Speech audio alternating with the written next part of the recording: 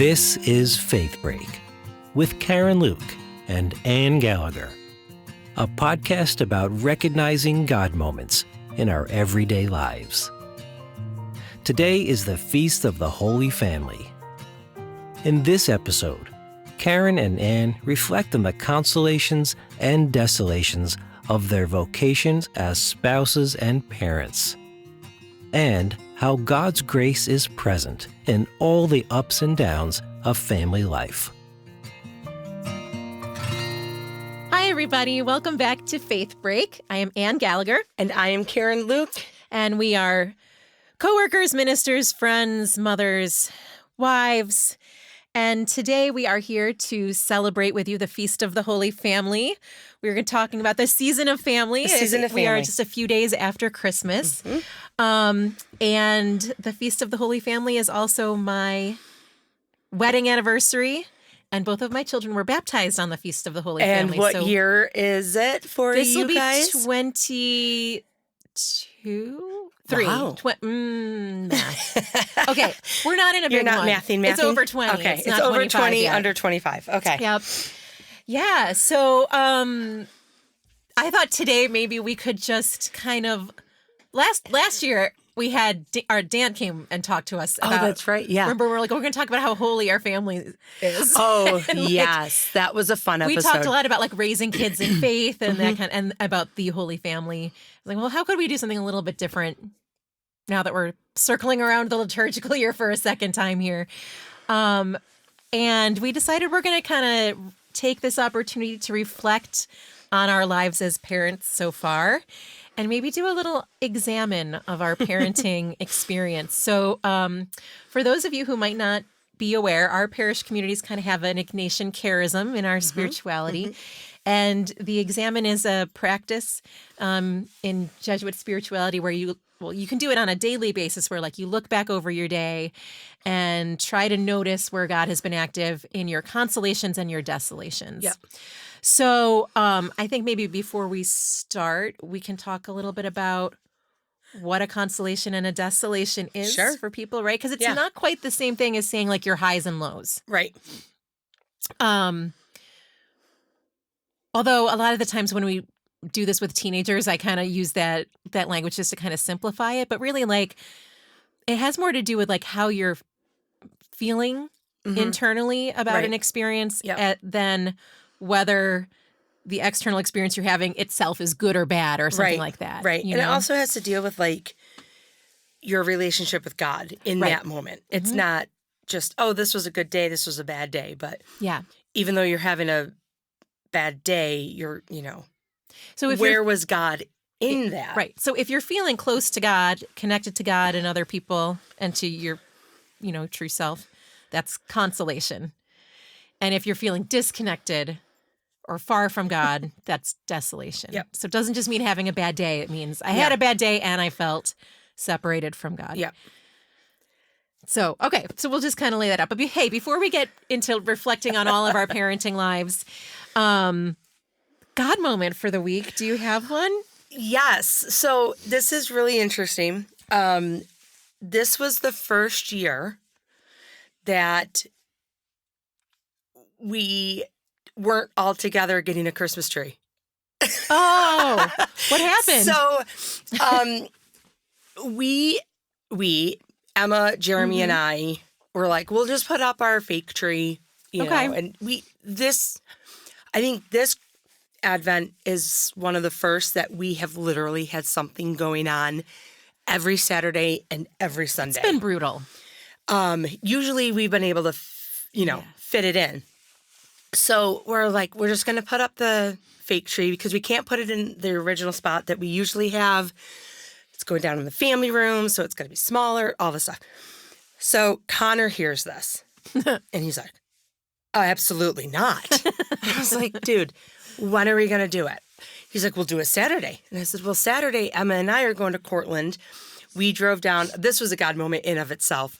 Emma and I had the whole morning and afternoon. Nice. We went to watch one of her old swim teammates swim at Cortland. Oh, how fun. And so it was a lot of fun.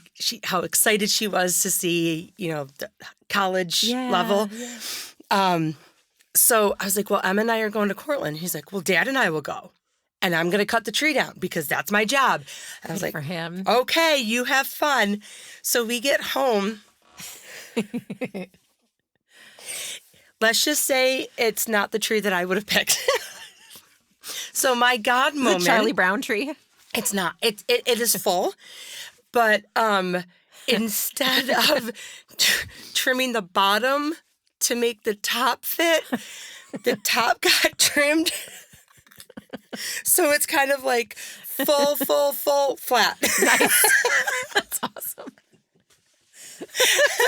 I'm like, hey, good job. And, and Connor was so excited because he actually cut the tree down. He's proud of himself. He's you have totally, to be like, you can't criticize and the tree. Jeremy's like, oh my gosh, we walked from one end to the other. And Connor's like falling on the ground. Just leave me here. I'm tired.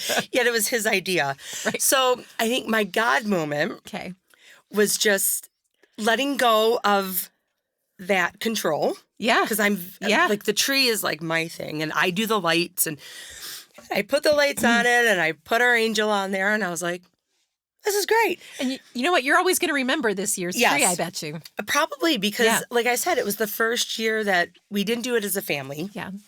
But I felt comfortable with that. That's like awesome. It wasn't like I felt guilty that we weren't there or tried to fit it in and make the day that much more crazy. Stressful, right. And so so that was my God moment of just accepting the tree. Very cool. And making it our And tree. did you sit and have your coffee by the tree this morning? Not this morning. Or your tea last night, maybe, before bed? I have yet to do that. Okay, today's the day. Because it's in the family room now. Oh, so it's down another level. So it's like down another level and the kids are watching TV and it's like, it doesn't feel as, not yet. So okay. Well, maybe tonight when they go to bed. You still have time. Yeah. Okay. I still got a couple weeks, so. Yeah. And your God moment. Oh, my God moment. I was going to talk about something else, and then on the drive-in, I had a God moment in the car. So, I pray with music all the time, and I had a playlist that's all my favorite, like Advent and Christmas songs, and they're all religious songs. They're not any of the like commercial Santa baby. None of that. No. I have strong opinions about Christmas music. And so this is like really the only playlist I listen to if I want to listen to Christmas music. But anyway, I had it on shuffle. And so I wasn't really controlling like which songs came up. And the song that played as I was driving in was, Joseph's Lullaby. Yes. It's a Mercy Me song. But it's special because Sue has used it in our Christmas liturgies from time to time. And our young man who died 2 years ago in January, Ryan, this was his song that he sang at Christmas. So I'm like driving in and I'm just like, I just had this moment where I felt like he was kind of there in the communion of saints watching us because we were going to be talking about parenting and like looking back on the highs and lows of our parenting, and the song's all about like Joseph, like wondering if he can do it, if he can be the earthly father to Jesus. And it's just beautiful. And I remember Ryan practicing this song and singing it at Mass and like, okay. So I'm going to hopefully get through the rest of the conversation. But, it was just one of those, sometimes the God moments are real subtle and sometimes they kick you in the pants. Yep. And this morning was a kick in the pants. A kick in the pants God moment for me. Well, you needed it. Yeah. You needed that. I guess the Holy Spirit knows when I need to be kicked in the pants. All right. Before we... Yeah. Okay, so as I was thinking about this, and I know we talk a lot about being moms and having that family, but I don't want to exclude... Yeah. I don't want to kinds of exclude families. the other kinds of families that there are. So I was looking up like what a definition of a family is. Cool. And of course, they were all like the biblical ones and, man, woman, kids. But this one I found and I really liked it, and I'm going to share it because I just want everybody to be aware that not every family looks like our families. Looks like our families or sure. our families or your families or what. So a group of people united by blood, marriage, or adoption, who share an emotional bond, who often live together and provide mutual love and support. Love it.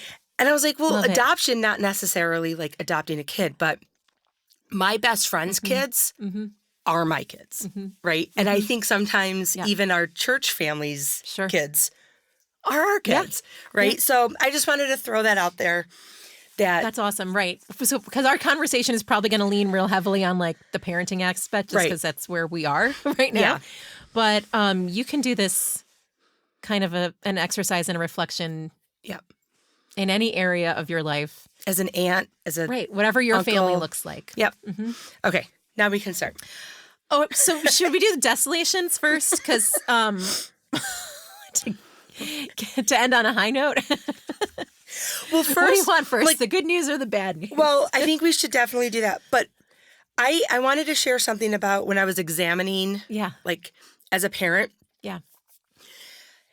Everyone, like, when I first had Emma, everyone's like, oh, enjoy it. It goes by so fast and blah, blah, blah, blah, blah. And, oh, this is the best stage when they're little. And I'm, like, reflecting on that. And I was like, dude, every stage has been difficult. Yeah. But I feel like, but it seems easier in retrospect, looking back than the ones that are coming up. For sure. Right? For sure. So it's not just me. And I was just like, oh my gosh, like I would totally take Connor and Emma being babies where I could just hold them. Wouldn't you love to have like a day with each of your babies again? I know. But like it was the hardest time. At the time it was the hard part. I know. But now I'm like, dude, I would take waking up every 4 hours to a crying child than trying to get them up for school. Would you not? Yeah. Life is so cruel. I know every season of parenting is just its own little bundle of... It's like, oh, it's got to get easier at some point. And then you're just like, what? It just gets different. It's a different difficult. Yeah. And then I just wanted to share Kitty, my mom. You made it look way too easy because she's a saint. She's going to go right up to heaven. And but I was also thinking about like how blessed I was or am, not was, how blessed I am to have the role models that I had. Like my grandparents. And your parents and grandparents. My parents, my in-laws, my siblings, my friends, you know, and it's just a blessing to be able to have family close and not all families are close. Right. So like in general, I think I feel very blessed that it could have been a lot harder for me. If you hadn't had that support from not the have the extended support. family and the people who'd gone before you, sure. Yeah, because Jeremy wanted to like move Oh, thank God away. You didn't do that. And I'm like, no, we need to be within a half an hour of my mom. It's like, seriously? It's like, yes. And I wouldn't change it for anything. And it was funny, when my sister first had kids, so my sister and brother are older than me, so they had their kids first. And when my sister and her husband wanted to like go out, the kids would go to my mom's. Right. And Jeremy and I would joke like, oh my gosh, do they ever keep their own kids? Like, why are they always at mom and dad's? And now my sister's like, do you ever keep your own kids? It's like, dude, not when, I learned from you. It's easier just to. That's such a special thing though, because I had that, one of the questions we were going to talk about today is your favorite family moments or memories. And, from the time my kids were babies, my mom made a commitment. She's like, I'm going to come this isn't even when she was still working. She was like, I'm going to come every Thursday after work and that's going to be my time. And I want you to go. And she would take the kids and Brian and I would take a yoga class and go out to dinner. Or even if we didn't like have a lot of money, we would just like do we got out of the house and she had Thursday nights for years and years. Yeah. For years and years until our kids got too big to need babysitters. But then the kids wanted to be with her. Yeah. Right? I mean, they right. I love that. Yeah. So, okay. Anyway. Okay, let's get into the desolations. Desolations. What were the times that you struggled the most and felt, farthest from God? Okay, in so your parenting journey here. This is going to be very personal. Let's try to do this without throwing our kids I'm under not the going to bus. throw my kids under the bus. Or but our husbands under the bus. No, this is definitely not like a throw somebody under the bus. But this is a total desolation, and I think it still is in my life. Yeah. So Emma struggles with some learning delays. So she basically has, it's called auditory processing, but it's like verbal dyslexia. Okay. So she can't put words together correctly sometimes. So it's hard for her to talk with peers because they don't necessarily understand her. And so this has been a total desolation experience for me, because it's like, did I not see it sooner? Could I have saw it sooner? Could I have done something different? What didn't I do? The what ifs. And I still, like, I look at her and I look at peers, and she knows all this. So, I mean, it's not like I'm saying anything, that she wouldn't already know, because we have a very close relationship about her connections. But it's hard for me. Because you can't fix it. Because I can't fix it. Yeah. And I see her struggling. And the weirdest part of it is, like, my prayers aren't answered the way that I want them to be answered, or in the time that I want them to be answered. And I know that they're not going to be. Right. Yeah. But there's nothing I can do. Yeah, no, that's also been my desolation as my kids have gotten older. I mean, I'll talk about when they were littler, but to be a parent of teens, and I'm not going to share too much about my teens' life, because I feel like they have their own stories and don't necessarily want to be on, on the podcast. But I think they wouldn't mind me saying that they've both had some mental health issues over the past couple of years, and are doing okay and have the treatments they need and stuff. But, like, it's so different from when they were little, and when they fell down and hurt themselves, you could pick them up and give them a kiss and it would be better. Right? Because now we can't make it better. Yeah. We can't make better the things that they're struggling with. Right. And, like, that's the hardest thing as a parent, especially as they get, inching towards high school graduation here. And, like, you're just like, am I doing enough to prepare them? Right. Like, that's my other thing. Like, I look at Emma, I look at both of my kids, but, like, Emma's going to be 17 in 4 months, 3 or 4 months. I know. And at 17, Jeremy and I were already dating. I know. Their lives are so different than ours were when we were in high school. Yes. We were with friends all the time. Right. And we didn't have cell phones. Our parents didn't know what we were doing. And now, like, a part of me feels like I didn't give her enough freedom. And then another part of me is like, I gave her too much. I know, but you can't do that. I know. But this is the desolation. This is, like, where that is the desolation. This is where I feel far. Yeah. In my relationship with God, because I'm like, it's almost, and I'm not blaming God for anything, right? But it's almost like, why, and like, why didn't I get filled with the courage or the knowledge or whatever? Right. But maybe Emma is exactly where she's she supposed totally to be is right where now. exactly where she is. I mean, she has grown substantially in the past year, but. I mean, and I'm sure my mom and dad would probably say the same thing about each of us. Yeah. Growing up, and I know I'm gonna throw my mother-in-law under the bus because I love her, but she will still text Jeremy and I if there's a snowstorm and we're driving home from work. Drive safely. She's like, drive safely. Call me when you get home.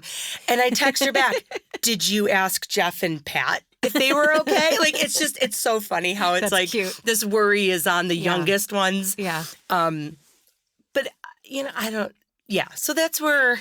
No, I think it's like that's the current desolation parenting adolescence. I don't even think it's a current thing. I mean, this has been Yeah. Like, I have struggled with this The whole time. a long time. Yeah. Yeah, because I still question. But you're doing great, I know. Karen. Well, I know. But it is. It's hard when you're in it. yeah. Like, if somebody else were to say the same thing as me, right. I'd be like, oh my gosh, look how great your kid is. And I'm not saying that Emma isn't great. She is great in her own self, and she is perfectly happy and healthy. But it's one of these things where it's just like, in hindsight, looking at. Yeah. Did I do everything I could have done to raise my kid? Yeah. And so they could be themselves, Right. the people God made them to be, Yeah. right? I know. Okay. Yeah, this is heavy, guys. It's hard, and then there's the faith aspect too, as they're beginning to own their own faith and what they're going to believe and what they're not going to believe, and how this all, and that's theirs. Like, we've given them what we can give them, and where that goes from here is not something we can do. Yeah. Right.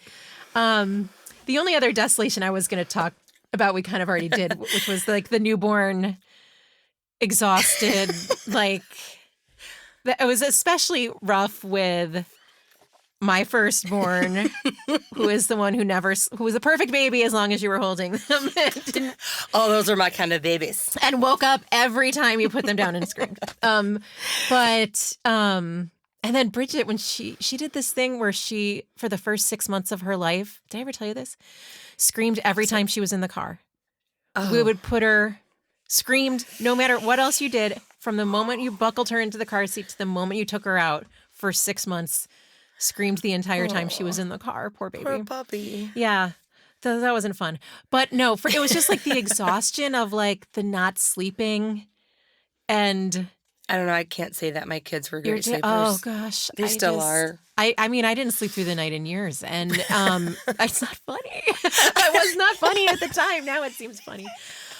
But like, and then going back to work, yeah, and all that. I mean, I would not say I had postpartum depression, but I think I had postpartum exhaustion to the extent that like it was really not okay, and it was interesting because I had a different experience with the second baby, because I think some of it had to do with where Brian and I were in our marriage, because in the first, when Liam was born, when the baby would wake up, I would take him out into the living room and I would take care of him. And so I ended up spending half the night or most of the night alone in the living room, and Brian would sleep through and get up. And by the time we had Bridget, we were in a new house, and Liam was in the other bedroom. And so Bridget was in the same room with us, and Brian was a lot more aware of what was when she was awake in the night. Yeah. And he did a lot more. And we had other things that we had been working on in our marriage. So we were just in a totally different place by the time baby 2 came.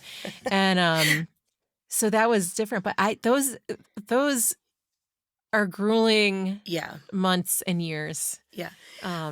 I think I've shared this before, but when Emma was born, we had this cute little bassinet, and I was like, I'm going to put it on Jeremy's side. I had this whole like vision. I'm like, was it like a co-sleeper that attached to the bed? No. It's a whole separate bassinet that we got from his coworkers as a present, and it was the cutest little thing. And I was like, I'm going to put it on Jeremy's side so he can get up and hand her to me, and we'll be one happy family at 2:00 in the morning. And my husband loves his sleep, and I don't know, to this day, he hasn't admitted that he ever heard her and just ignored it. I think he just ignored it, but I'll never know. So it ended up being like, I would get up out of bed, I'd walk around, I'd grab her, and finally I was like, screw it. And she's going on my side. I'm giving up. So you could just reach she's over going and on my grab side her. of the room and just grabbed her.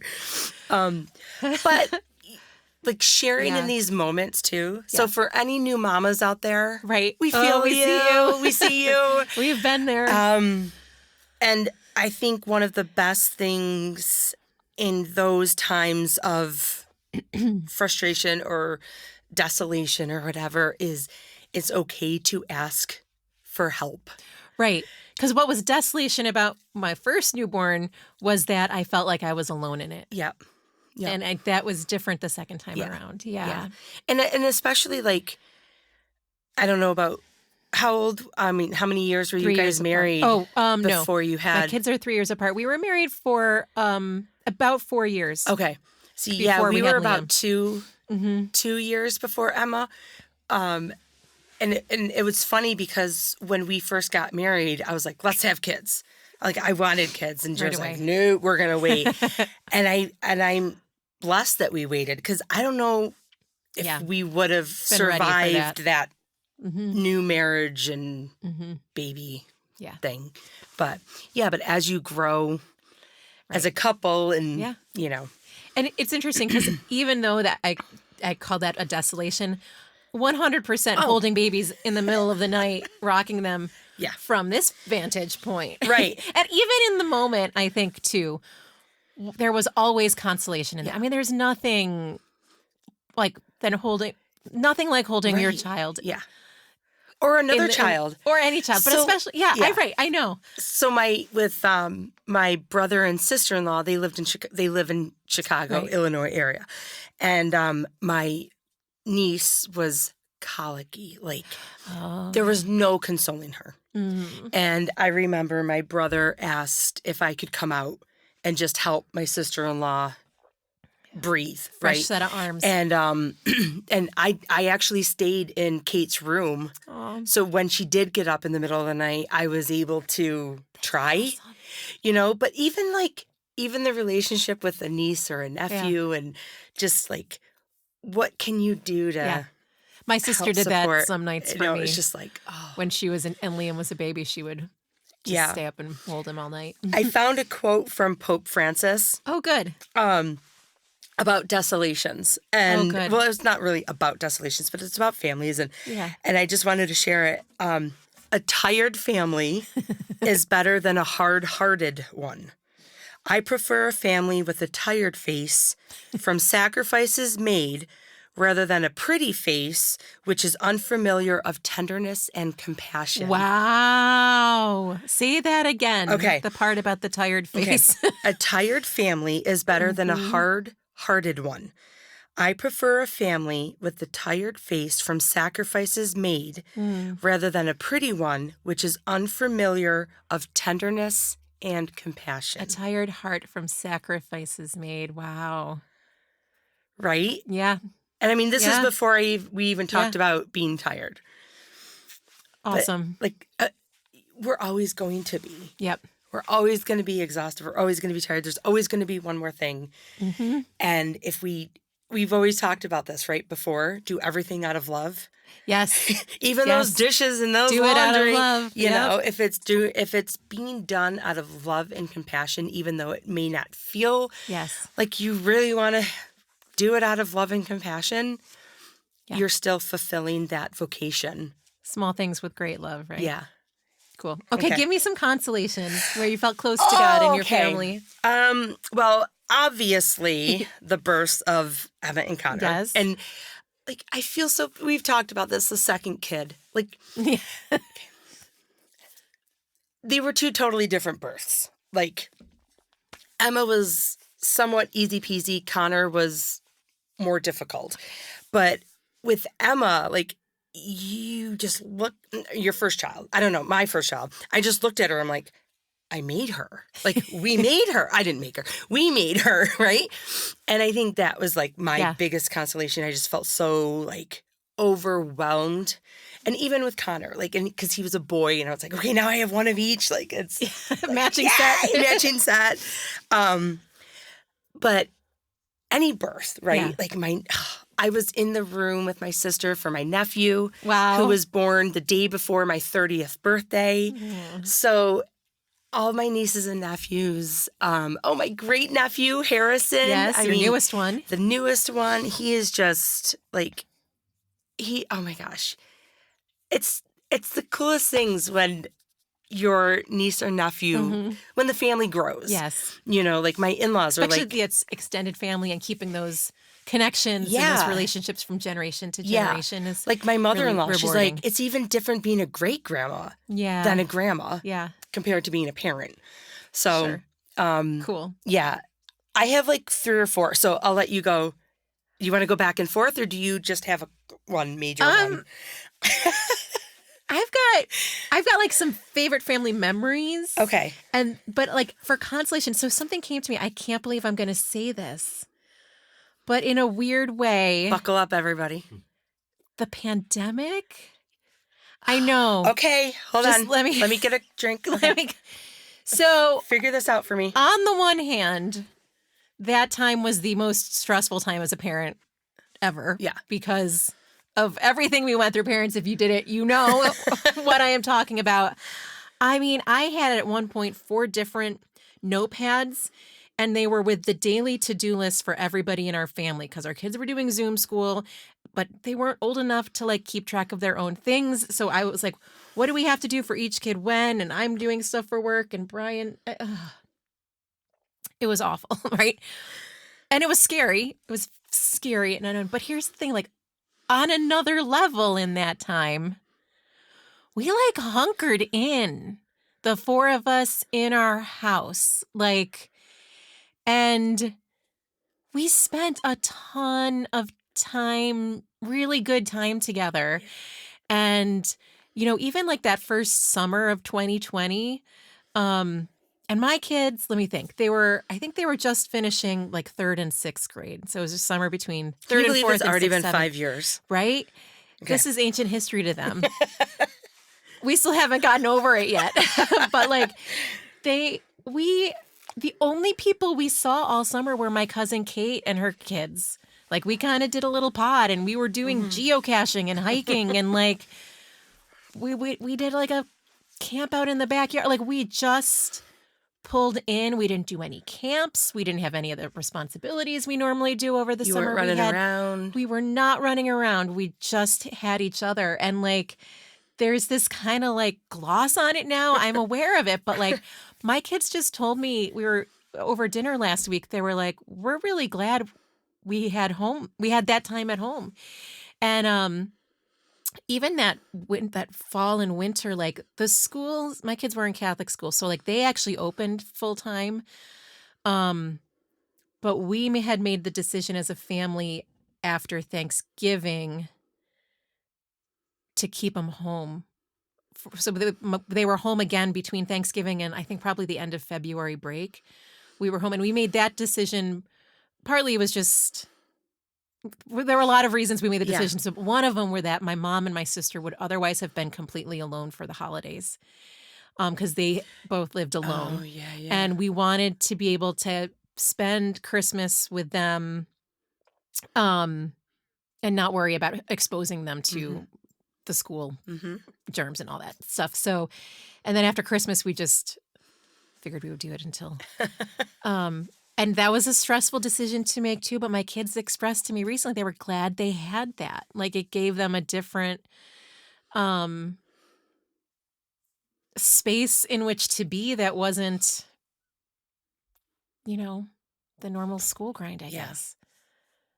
And I was like, whatever, you guys are still totally scarred by it and like can't look people in the eye and shake them in the hand. But like, and you're totally weird in your friendships together, but like not weird in your friendships together, but like, you know, like this generation is different and how it's harder for them to make those personal connections than it was for us. So I didn't mean that. My kids are lovely and very well connected and have good friends and all that. But it is different, right? It is totally different because whenever Connor or Emma have a friend over or they go over to a friend's house, they're playing video games with each other on their phones in the game.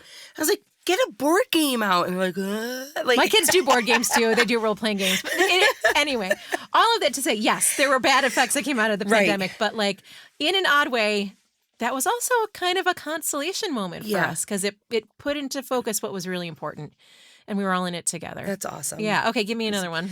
Well, they still want to hang out with me. Yay! I mean, only when on their terms. You don't get to decide when these moments happen, right? So I don't know if I don't think I shared this because it happened last weekend. But because Jeremy and I were away, we were in Chicago for our anniversary. We decided to go out for drinks last Friday.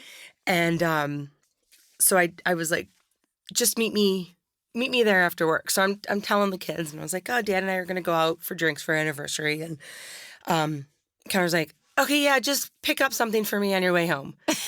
And I was like, that wasn't what I was really saying, but I can grab something for you. And then Emma looks at me and she goes, well, can I just come?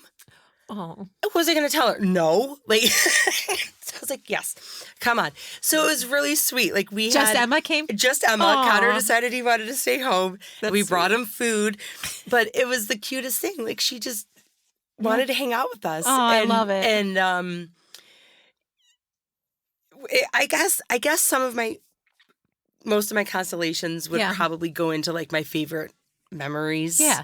So we'll just we're do just maybe a couple of more. And then... But so actually it was Friday night when we got home, and there was I love Facebook because it tells you like the memories. Oh yeah. Okay. So there was little baby Emma. Is this the video This you is shared the me video last I week? shared. This was adorable. She is like 2. Yep. And we're at Powers Farm Market. And it was, I don't know where everybody else was. Like it was like a random day that Jared and I had off or something. And she's walking around in her little rain boots and this cute little jacket and her pigtails. And we're sitting at a bench and she's just walking around. She's going, and then she'd like walk off. And then she pointed at Jeremy and she has her, it was at that age where they have their own language that no one else understands. Had no idea what she was talking about. So later that night, I'm laying in bed and I'm watching it again and I'm like, oh, my baby. And I was like, what are you watching? So like we sat down and snuggled and we were watching old videos and old pictures. And then Connor comes in and he goes, well, here's mine. I was like, I don't nearly have as many as you for you, kid. but this poor kid. But I think, just having memories of sharing memories. Right. Yeah, and we had a with moment them. like that recently when we were going through all my mom's old photos and we were cleaning out our house, and my kids were with me and were like they wanted to see all the pictures, and she had her own kind of set of all the hard pictures, not digital ones, real actual paper pictures.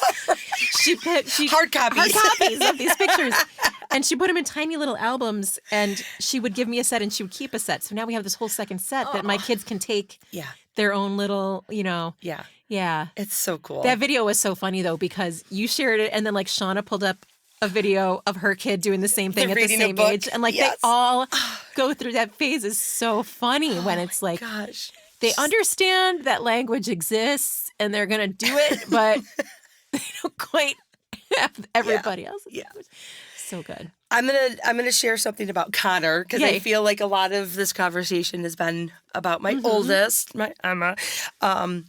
But one of my favorite consolations was the 4 of us were in Fairport. I don't know. I think it was during the Fairport Canal Town days.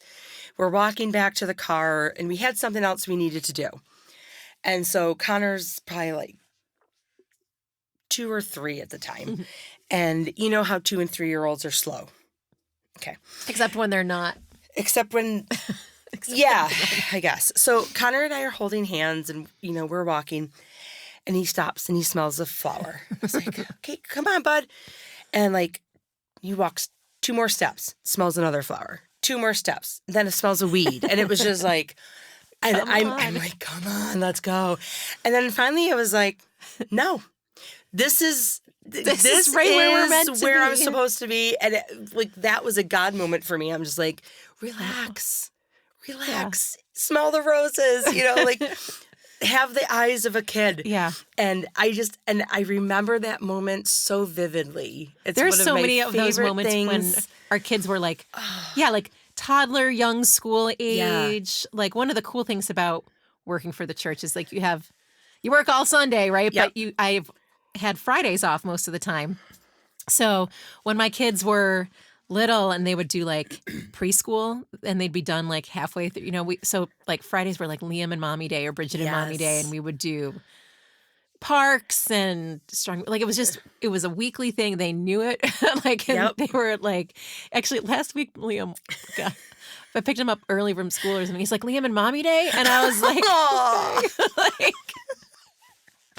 what does that even look like anymore? I still have a kitty in Mommy Day. Yeah, I still have Mommy Days with my mom. So it was so fun.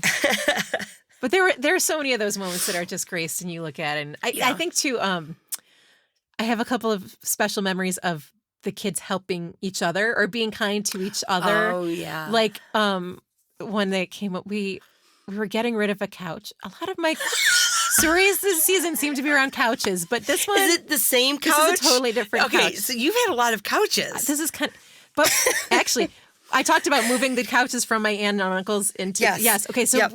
we were getting rid of this couch to make room for those couches.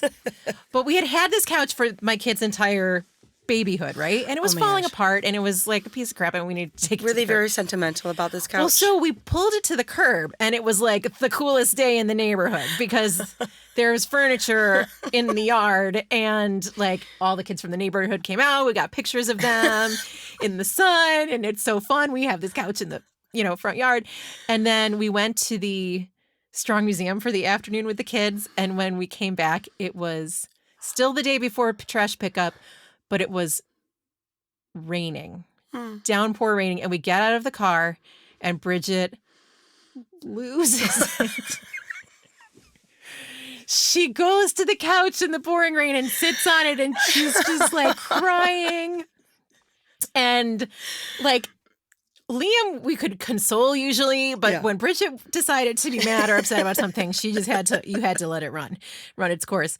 But like Liam went and got an umbrella and brought it over, and like, so I have this picture of Bridget just like sobbing, and Liam's just holding the umbrella over her and the wet couch, and like, it was just so sweet. But it's just like those, and I'm sure they were like at each other's throats like the next day or whatever. But like, family is full of those just like tiny moments that they just, you got to keep a snapshot in your head of them and keep going back and welcoming them. I love it. So, I found another, I found another quote. Good. But I don't remember who it was by.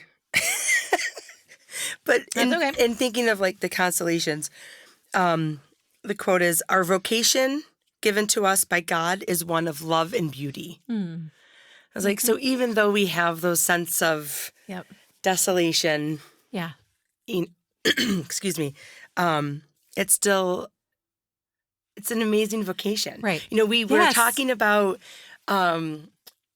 the confirmation kids had the sacraments of service. Oh, yes. We had Deacon Eric and his beautiful wife, Marlene, came and hung out with our confirmation kids. It was so great. It was so great. And to talk about the sacraments of service. The sacraments of service of, being a deacon and being married and things like that. But what I loved about their conversation with the teens was that they were so real about the frustration and difficulty of their vocation of marriage. Right. Right. And it's not like warm and fuzzies all the time. Yeah, that you're making a choice to act in love every single day, right? But even like the vocation of singlehood or the vocation of ministry or whatever vocation that we're called to. But because it's given to us by God, there is still this beauty of it that made us look messy. Cool. I got a quote. Yay! This is our second reading from today's lectionary for the Feast of the Holy Family. And it was also a reading we used at our wedding, Colossians 3. I'm not going to read the whole thing because it's pretty long, but just the first sentence kind of gets at what you're talking about, the vocation of love, right? So put on then, as God's chosen ones, holy and beloved, heartfelt compassion, kindness, humility, gentleness, and patience, bearing with one another and forgiving one another. Because that's family life right there. I think it? that's just being a human. Yeah. Like I think that's just a relationship. Yep. In anybody we come across, in any, even strangers. Yeah. We still have that. And all those virtues, compassion, kindness, humility, gentle, like you get them by practice. That's why we practice the virtues, right? Because they don't just like come to us. We have to work at them. Really? I know. But we get better the more we do them, I guess. So that's good. Yeah. Yeah. All right. Do you got any final things? I feel like we covered a lot. We did. We knew there was going to be a lot for this one. We did. So I think we should end there on the happiness of. Well, of for life. all of you on this Feast of the Holy Family, we hope you can snuggle close to your own family today, whatever that looks like for you. And yeah, I guess keep practicing those virtues with the people that you live with. I'm sure going to be practicing patience. Yes. Enjoy this continuation of the holiday season that we are in. And we will see you next week, which will be a whole new year. Yes, the Epiphany. All right, everyone. Bye, Have a good everyone. one. Thanks. Thanks for taking a faith break with us today. Karen Luke and Ann Gallagher are lay ministers with the parishes of St. Catherine of Siena in Mendon, New York, and Church of the Transfiguration in Pittsford, New York. More about our parishes, including weekly live-streamed Sunday Mass, can be found at stcath.org or transfigurationpittsford.org. Engineering today is by Jeff Beckett.